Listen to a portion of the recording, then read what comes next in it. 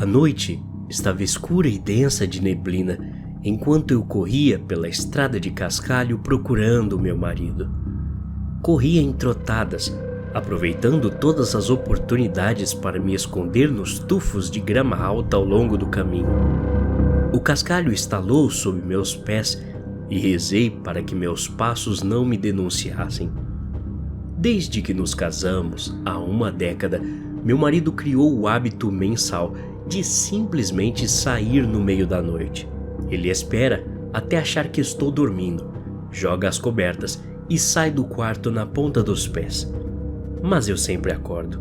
Estou sempre de pé na janela, observando entrar em nossa caminhonete e desaparecer na noite.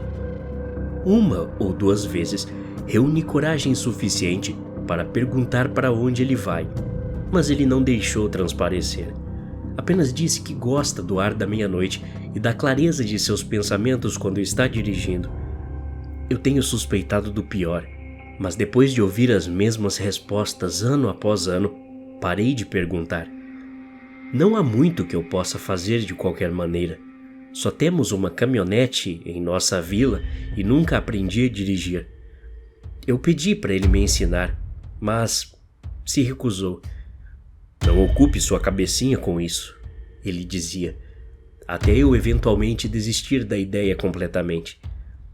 Nesse verão, nossa velha caminhonete morreu. Alguma coisa com o motor, meu marido disse.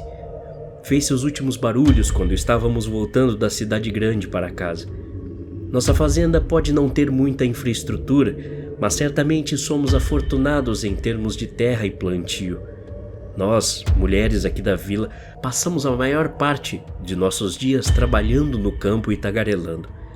As fofocas nem sempre são novas ou empolgantes, mas sempre descobrimos qual família produziu o maior tomate naquele ano e qual filho ou filha come mais frutas. Nossos filhos sempre vivem nessa competição. Eu os vi subir nas árvores do nosso quintal. São como macaquinhos. Sei que meu marido ama nossos filhos, mesmo que eles não sejam nossos de sangue. Quando os médicos me disseram que eu era infértil há 8 anos atrás, nós os adotamos e os criamos como nossos desde então. Eu nunca cheguei a vê-los antes do meu marido me surpreender com eles. Disse que a adoção era um processo complexo e que não queria que eu me preocupasse com isso. Óbvio que me preocupei. Ele era a única família que eu tinha na época. Voltando à minha corrida pelo mato, mantive meus olhos fixos no meu marido, com medo de que ele virasse e me pegasse ali. Mas apesar de todo o cuidado, meu marido parecia totalmente alheio. Ele estava carregando uma pequena pasta, do tipo daqueles homens de cidade grande quando vão trabalhar. Me perguntei o que havia dentro. De repente, ele parou e virou à esquerda. Ajoelhei-me, meu coração batendo forte no peito, rezando para que ele não tivesse me ouvido. Para minha surpresa, ele abriu a grama alta à sua frente como cortina e entrou nas entranhas do campo. Simples assim. E se foi. Esperei, pensando em minhas opções e ouvindo o som de passos, mas a noite estava silenciosa, exceto pelo canto dos grilos e minha própria respiração difícil. Me levantei e lentamente atravessei para o outro lado da estrada.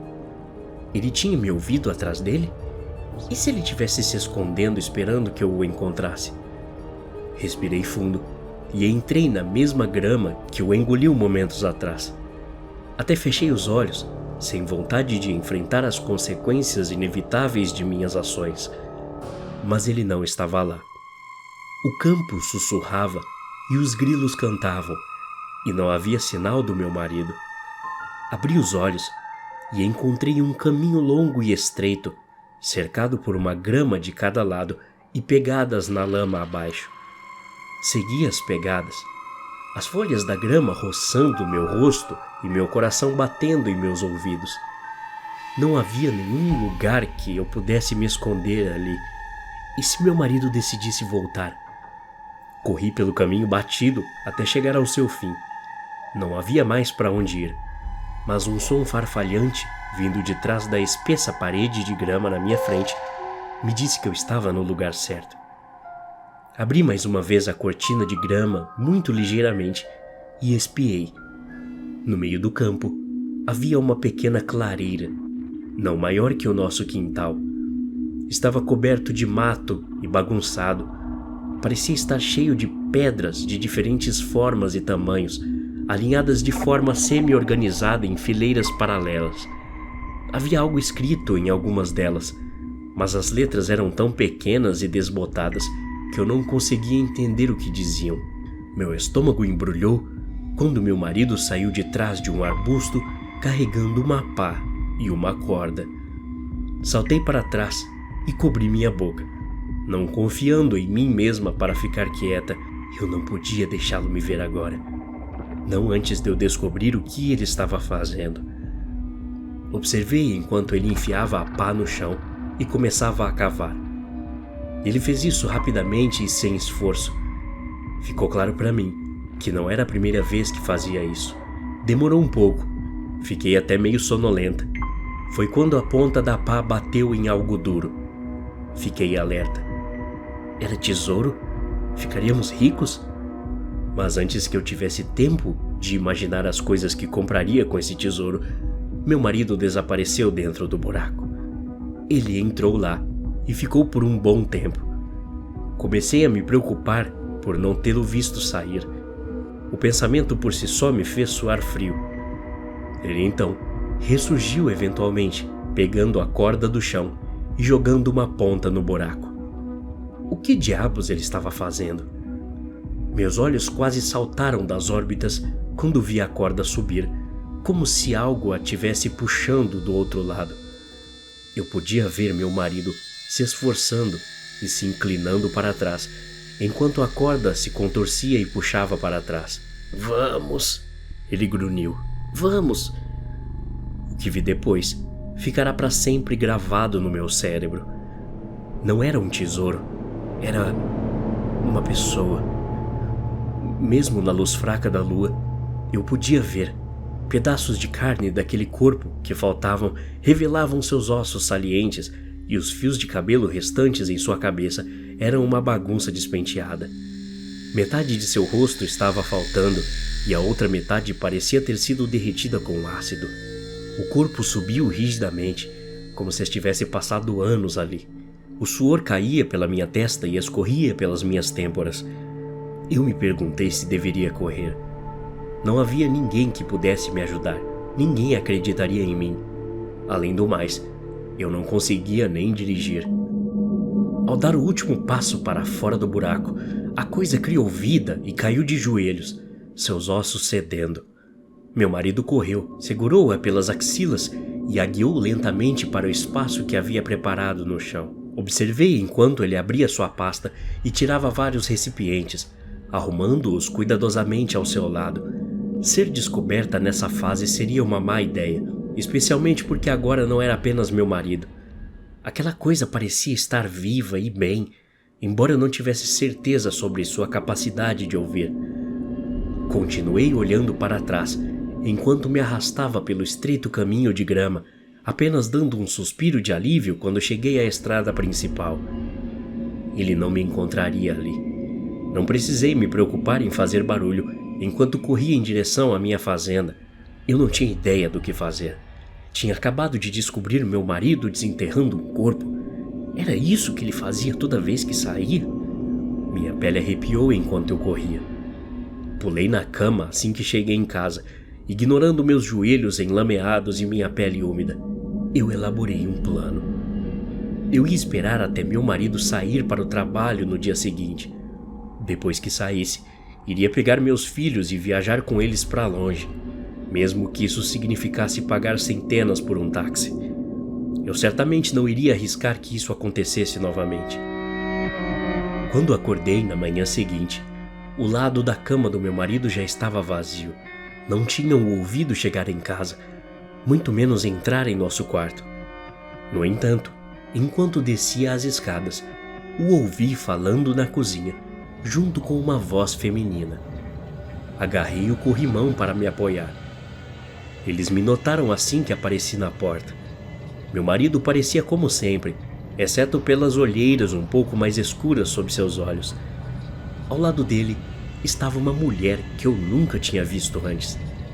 Ela tinha cabelos loiros na altura da cintura e olhos verdes, mas não foi isso que me chamou a atenção. Ela estava vestindo minhas roupas. Olá? Eu gaguejei, levantando minha mão para cumprimentá-los e lançando ao meu marido um olhar questionador. Ele sorriu. Essa é a Isabela, amor. Ela vai se mudar para casa ao lado da estrada. Oi, Isabela. Eu balancei a cabeça, ainda olhando meu marido, insegura.